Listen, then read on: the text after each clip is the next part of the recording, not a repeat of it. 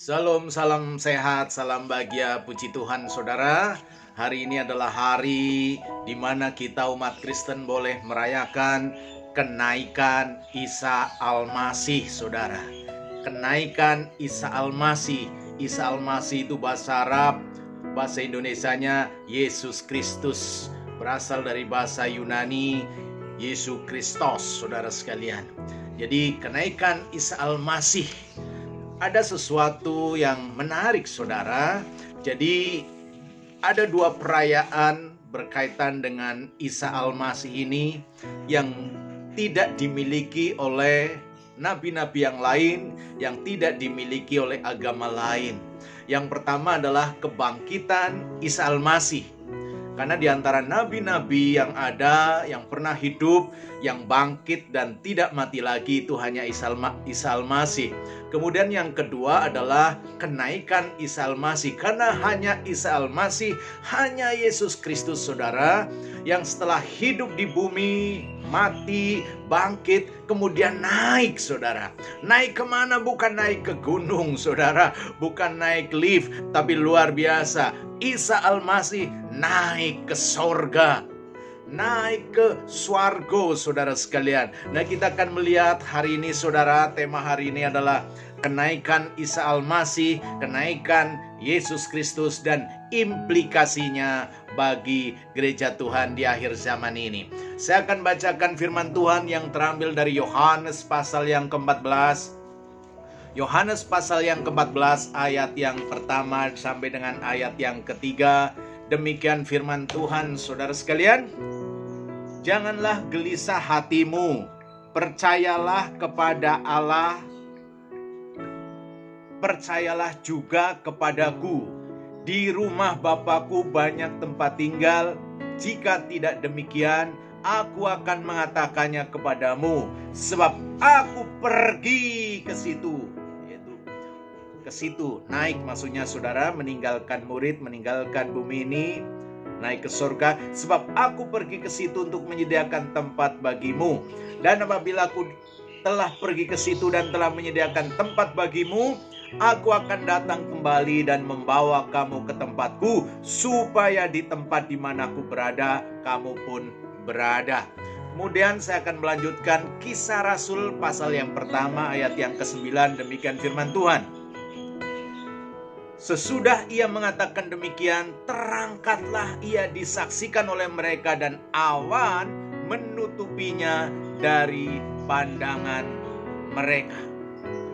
Kemudian ayat yang ke-11 demikian firman Tuhan. Dan berkata kepada mereka, hai orang-orang Galilea, mengapa kamu berdiri melihat ke langit? Yesus ini, ayat 11, Yesus ini yang terangkat ke sorga meninggalkan kamu, akan datang kembali dengan cara yang sama seperti kamu melihat dia naik ke sorga. Jadi saudara sekalian yang dikasihi oleh Tuhan, perayaan kebangkitan hanya ada di dalam Isa Al-Masih, ya. Demikian juga dengan perayaan kenaikan hanya diperuntukkan bagi Isa Al-Masih. Karenanya Isa Al-Masih yang bangkit dari kematian dan hanya Isa Al-Masih yang naik ke sorga. Lalu apa implikasinya saudara sekalian? Implikasinya kenaikan Kristus bagi gereja Tuhan di akhir zaman ini. Yang pertama saudara sekalian, kalau Kristus naik ke sorga, itu adalah dia memang kembali ke rumahnya sendiri saudara. Karena Kristus itu memang asalnya di sorga. Jadi dia turun dari sorga menjadi bayi, menjadi manusia untuk menyelamatkan manusia. Untuk menjadi juru selamat manusia saudara sekalian. Untuk menebus dosa manusia melalui kematiannya.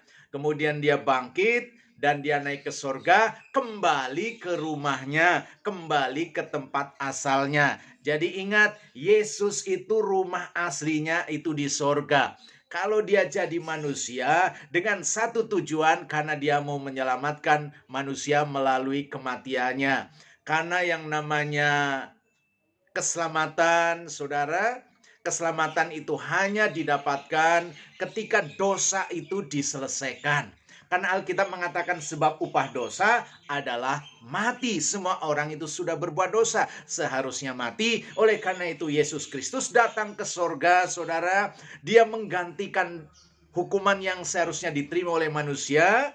Dan dia mati. Setelah dia mati, dia bangkit. Dia menerima hukuman yang seharusnya diterima oleh manusia. Maka dia naik ke sorga. Itu yang pertama. Apa implikasi kenaikan Kristus ke sorga bagi gerejanya adalah Kristus setelah dia menebus gerejanya, menyelamatkan gerejanya di bumi ini, saudara, maka Kristus kembali ke rumahnya sendiri, atau bisa juga disebut ke rumah Bapa. Itu yang pertama.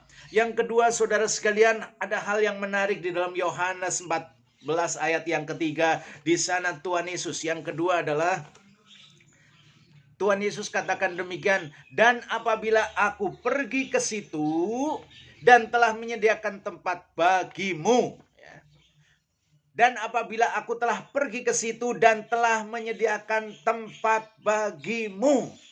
Jadi saudara sekalian yang dikasihi oleh Tuhan, kalau Kristus itu naik ke surga, di dalam rangka apa? Menyediakan tempat bagi orang-orang yang percaya kepada dia. Orang-orang yang menjadikan dia sebagai Tuhan, sebagai juru selamatnya secara pribadi. Yesus naik ke surga, saudara, boleh dikata dia sedang menjadi pengembang. Dia membangun tempat. Oleh sebab itu di dalam Yohanes 14 ayat yang kedua, di sana dikatakan, Tuhan Yesus mengatakan, di rumah Bapakku banyak tempat tinggal. Jadi saudara, Bapa di surga itu punya rumah yang begitu luas, begitu lebar, begitu besar, saudara sekalian.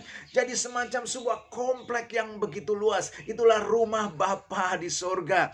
Dan di rumah Bapa itu banyak sekali tempat tinggal, saudara.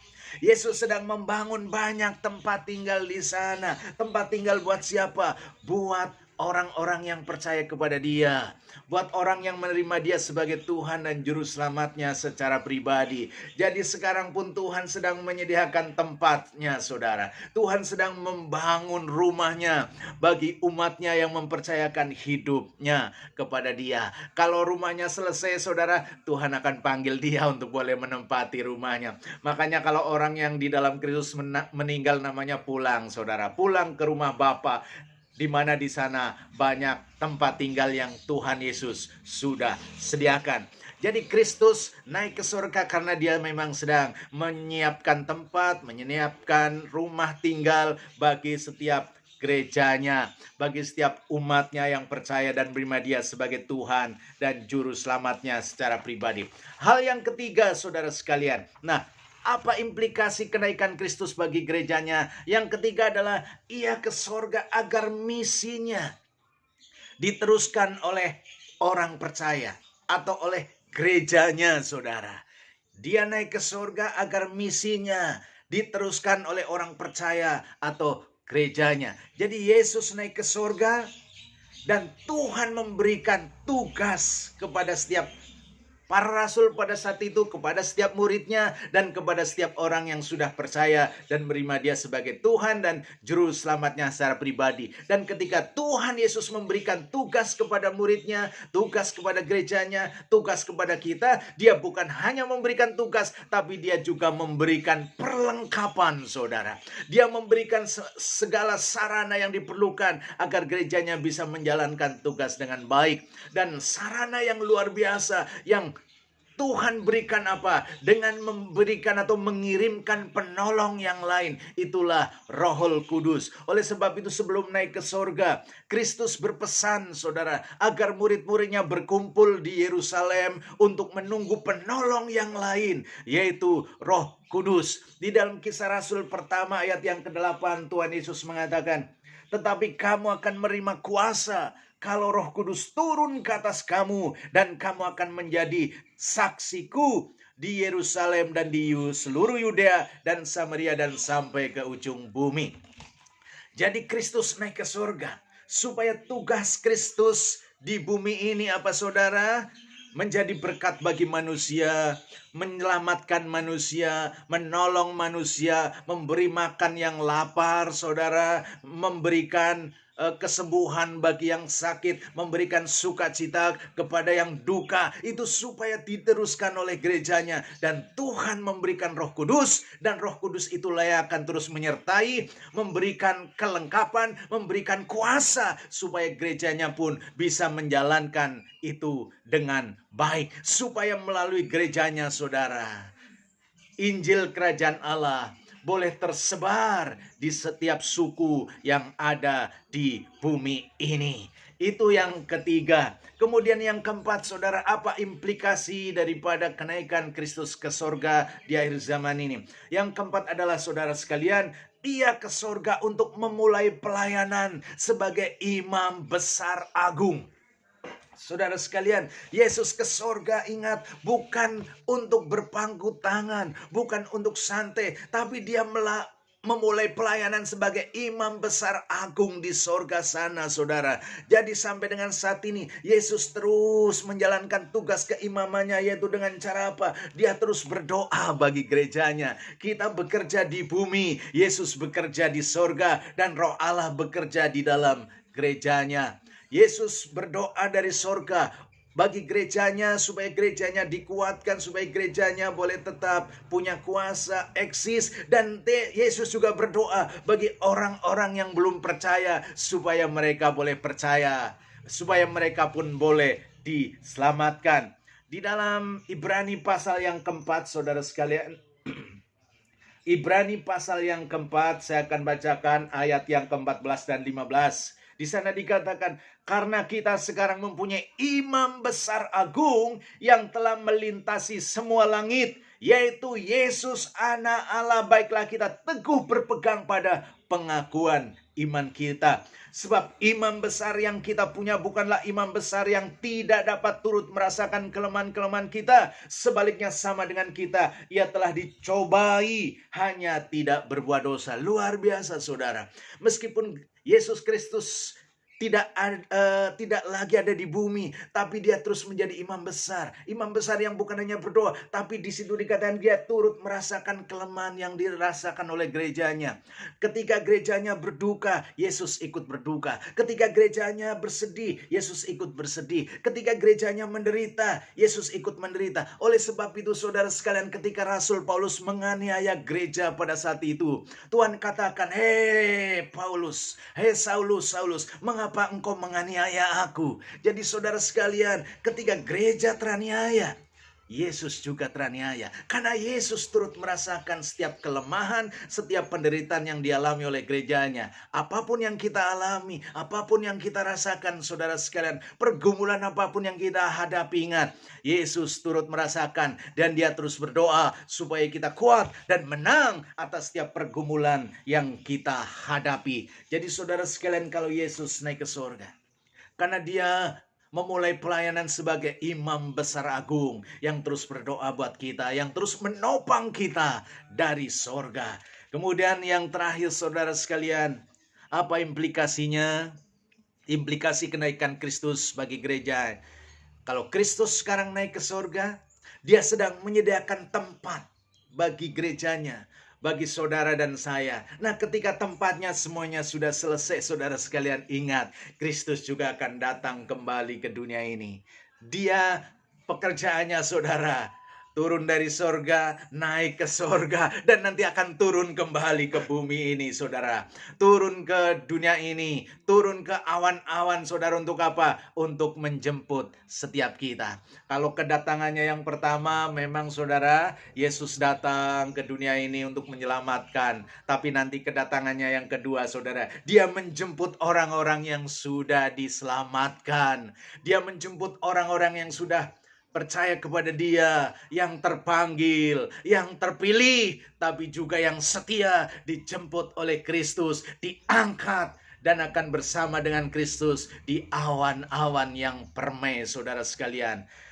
Ada sesuatu yang luar biasa. Oleh sebab itu, saudara sekalian, meskipun kita gereja Tuhan, ya, gereja Tuhan, kita punya tugas yang berat, luar biasa, tapi ingat, kita punya sahabat, kita punya teman yang tidak pernah meninggalkan kita, yaitu apa? Roh Kudus. Dan bukan hanya itu, Yesus, Dia terus memulai pelayanan, dia bertindak sebagai imam besar, turut merasakan apa yang dirasakan oleh gerejanya. Jadi ingat saudara, kita tidak pernah sendiri. Kita tidak pernah sendiri, Yesus tidak pernah meninggalkan kita sendiri. Dia selalu mengawasi, menyertai dan menopang hidup kita. Agar kita boleh terus menjadi saksinya, kita terus menjadi berkat selagi kita ada di bumi ini. Kalau Tuhan belum memanggil kita, saudara, atau Yesus belum datang ke bumi, berarti kita masih punya tugas yang berat. Untuk apa? Membuat dunia ini diselamatkan. Untuk memperluas kerajaan Allah memenuhi dunia ini. Kemuliaan Allah memenuhi dunia ini melalui saudara dan saya, melalui gerejanya, saudara. Inilah yang harus ada buat setiap gereja, bahwa kita di bumi ini. Untuk apa? Untuk memperluas kerajaannya. Kerajaan Allah semakin berkuasa. Kerajaan Allah semakin mendominasi di dunia ini. Jadi saudara sekalian, itulah kenaikan Kristus ke sorga dan implikasinya bagi setiap kita. Tuhan memberkati. Haleluya.